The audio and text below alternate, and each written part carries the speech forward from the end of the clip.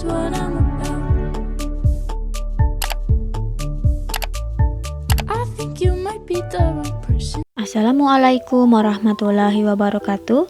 Hai teman-teman semua, apa kabar hari ini?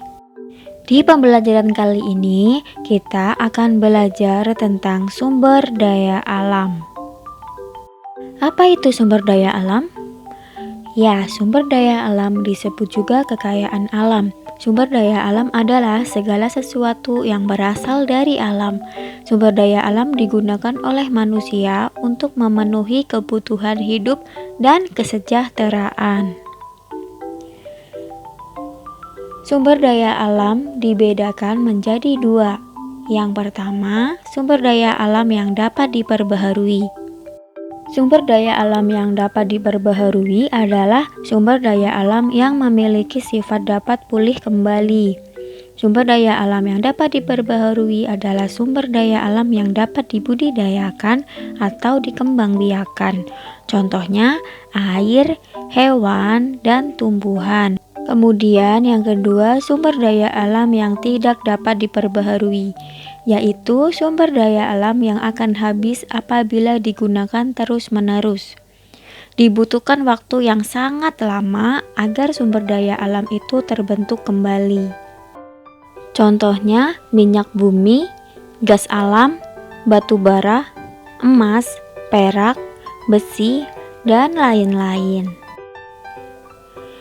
Selanjutnya, manfaat sumber daya alam, yaitu meliputi yang pertama sebagai sumber energi dan bahan bakar, contohnya minyak bumi. Yang kedua, sebagai pembangkit listrik, contohnya minyak bumi dan sinar matahari. Yang ketiga, untuk kebutuhan makan bagi manusia dan hewan, contohnya hewan dan tumbuhan. Yang keempat, untuk kebutuhan tempat tinggal, contohnya tumbuhan atau pohon. Yang kelima, untuk menjaga kelestarian dan keseimbangan alam. Yang keenam, menyuplai oksigen, yaitu tumbuhan. Yang ketujuh, sebagai cadangan devisa negara.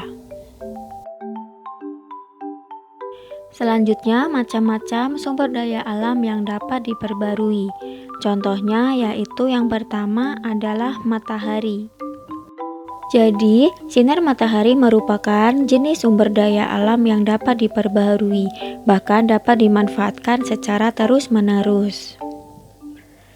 Kemudian yang kedua adalah angin. Angin merupakan udara bergerak yang memiliki banyak manfaat untuk kehidupan. Umumnya, angin dimanfaatkan untuk menggerakkan kapal layar dan memproduksi listrik.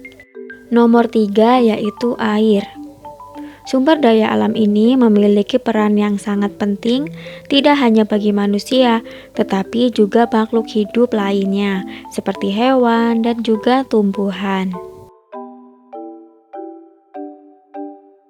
Yang keempat, hewan dan tumbuhan. Tumbuhan dan hewan juga termasuk sumber daya alam yang dapat diperbaharui. Kelangsungan hidup tumbuhan dan hewan perlu dijaga agar tercipta keseimbangan alam.